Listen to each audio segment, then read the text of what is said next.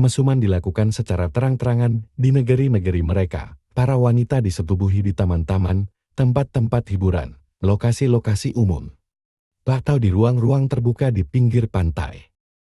Masih banyak lagi panorama selain itu yang memberikan kepada kita gambaran yang amat jelas tentang kondisi kemesuman di akhir zaman, mengamati bahwa puncak pengingkaran pada zaman itu hanya dilakukan oleh sebagian orang. Itu pun hanya dengan meminta agar perbuatan mesum dipindahkan lokasinya dari jalan-jalan protokol ke gang-gang kecil. Maka ini menunjukkan sudah bertahtanya kemungkaran dan kerusakan fitrah sampai pada tingkatan yang lebih rendah daripada binatang. Mereka itu orang-orang yang layak dan pantas diterpa hantaman yang bertubi-tubi dan suara keras yang pertama. Munculnya api dari Yaman yang menggiring manusia. 1. Api yang mengumpulkan inilah yang pertama dari tanda-tanda kehancuran dan terjadinya kiamat. Dari Anas radhiyallahu anhu, dia berkata, sampai kepada Abdullah bin Salam berita kedatangan Rasulullah Shallallahu alaihi wasallam ke Madinah. Lalu dia menjumpai beliau. Abdullah bin Salam berkata, sesungguhnya aku bertanya kepada Anda tentang 3 hal yang tidak mengetahuinya kecuali seorang nabi. Abdullah bertanya, apakah tanda hari kiamat yang pertama? Apa makanan pertama penduduk surga? Dari sesuatu, apakah seorang anak menyerupai bapaknya? Dan dari apa pula dia menyerupai paman-pamannya dari pihak ibu? Rasulullah Shallallahu alaihi wasallam bersabda, Jibril memberitahuku jawaban dari 4 pertanyaan itu tadi.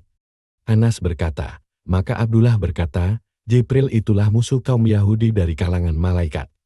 Maka Rasulullah Shallallahu alaihi wasallam bersabda, adapun tanda hari kiamat yang pertama adalah api yang menggiring manusia dari belahan timur sampai belahan barat.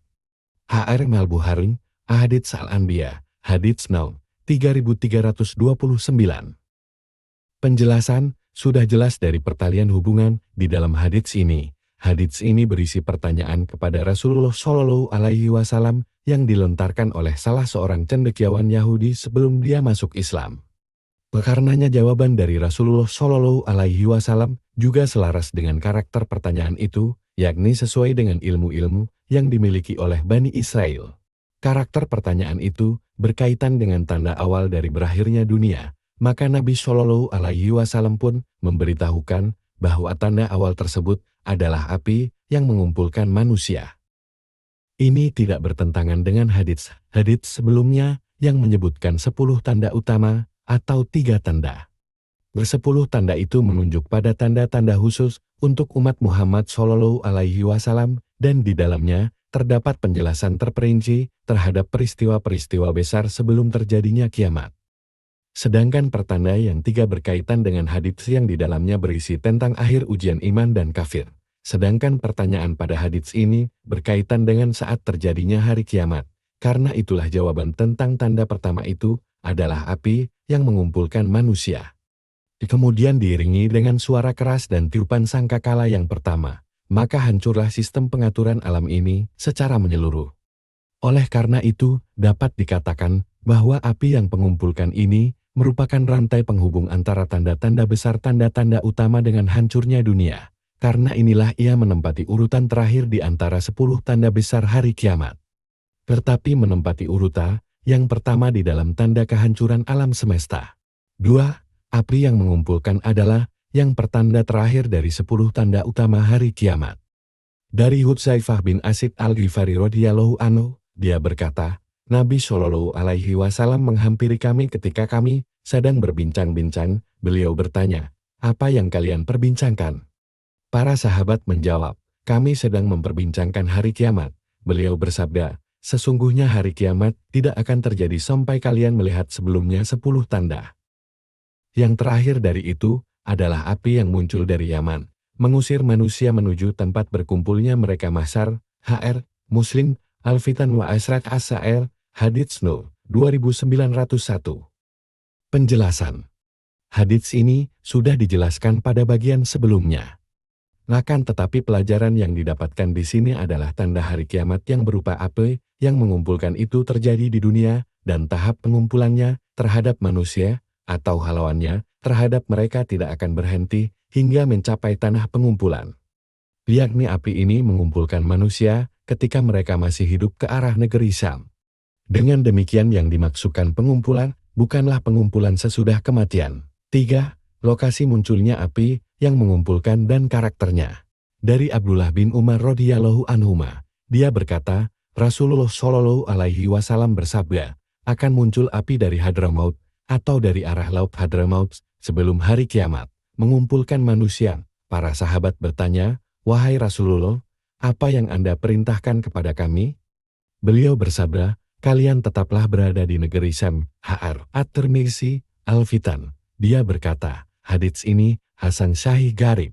Dari Abu Hurairah radhiyallahu anhu, Nabi Shallallahu alaihi wasallam bersabda, manusia akan dikumpulkan melalui 3 jalan, orang-orang yang berharap-harap dan orang-orang yang ketakutan, 2 orang di atas unta, 3 orang di atas unta, 4 orang di atas unta, 70 orang di atas unta. Dan yang tersisa dari mereka dikumpulkan oleh api itu tidur siang bersama mereka, manakala mereka tidur siang, tidur malam bersama mereka ketika mereka tidur malam. Memasuki waktu pagi manakala mereka memasuki waktu pagi, dan menjalani waktu sore bersama mereka tatkala mereka menjalani waktu sore. Hr. Al-Bukhari, Sahih Al-Bukhari, hadits No. 6522. Dari Hudzaifah bin Asid radhiyallahu anhu, dia berkata, Abu Dzar berdiri, lalu berkata, hai Bani Ghifar, kalian ucapkanlah, janganlah kalian menyelisih, karena orang yang benar dan dibenarkan Nabi Shallallahu alaihi wasallam bercerita kepadaku.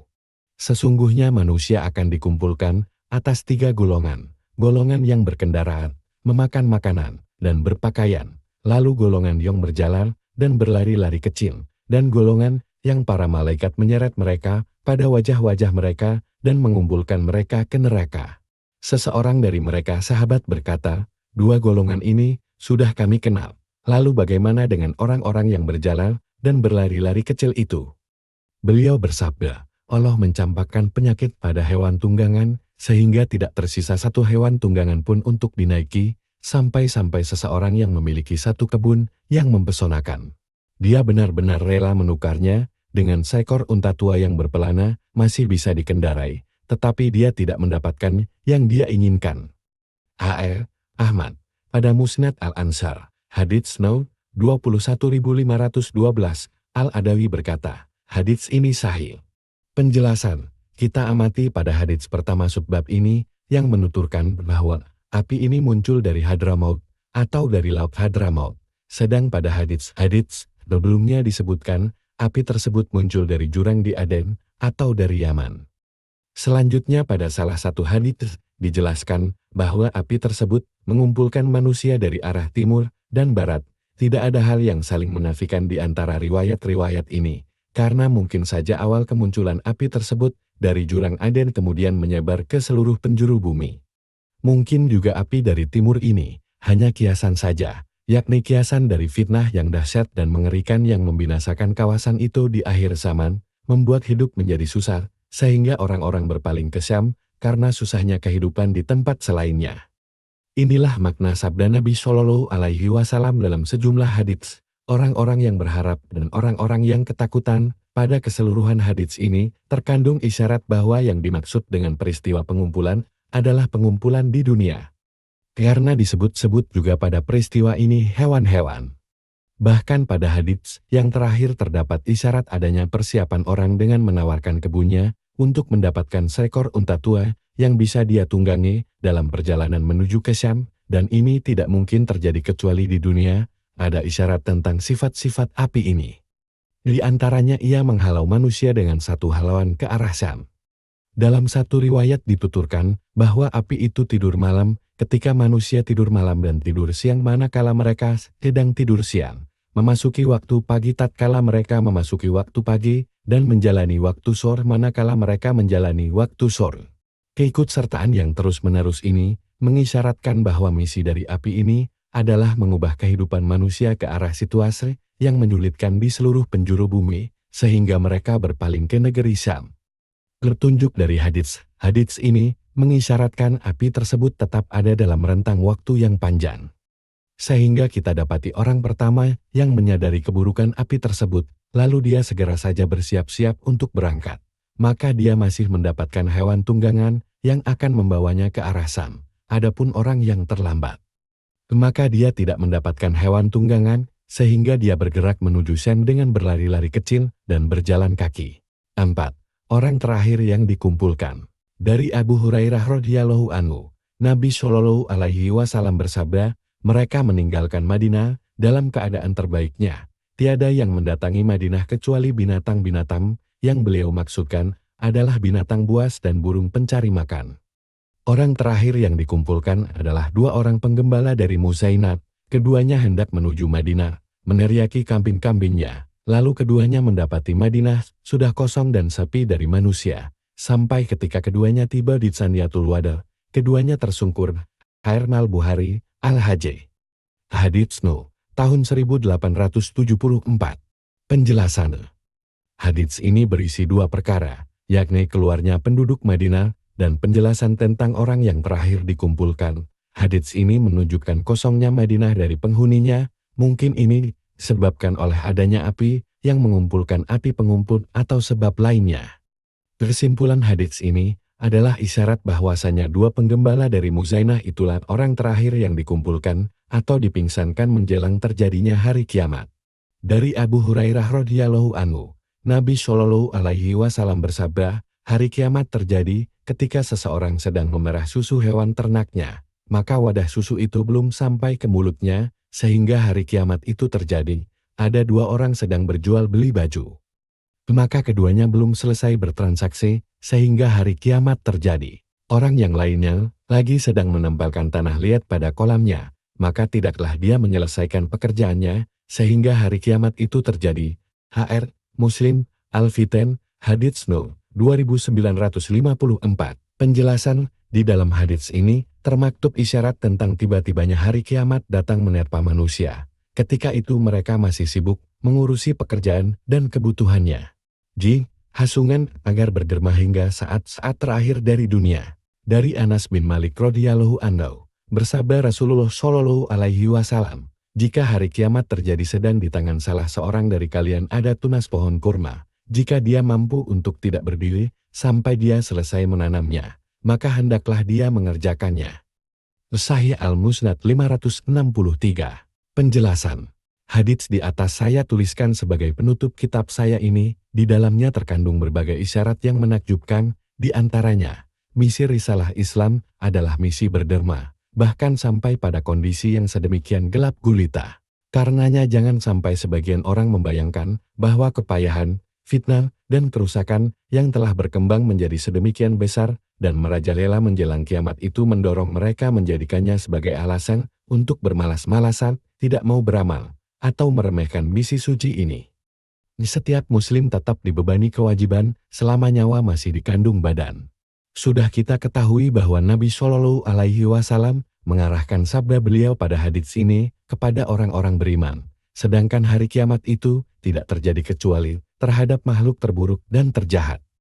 Ini menunjukkan bahwa Nabi Shallallahu alaihi wasallam menyebutkannya hanyalah sebagai permisalan, bukan hakiki. Yang dimaksud dengan sabda beliau ini adalah hasungan bagi kaum muslimin agar beramal dan berderma sampai kapanpun, walau seandainya hari kiamat sudah di depan mata sedang di tangan salah seorang dari mereka ada tunas pohon kurma. Maka hendaklah dia tetap menanamnya meskipun dia tahu pasti bahwa dirinya tak akan memetik buahnya dan dia pun tahu dirinya tidak akan mendapatkan pahala yang terus-menerus setelahnya. Oleh karena itu, permisalan ini sangat tepat jika ditujukan bagi para pendakwa dan aktivis di ladang Islam untuk terus beramal tanpa menunggu hasilnya dan tidak menghiraukan pengaruh berbagai halangan yang menghadang di sekitar mereka. Selesai. Alhamdulillah.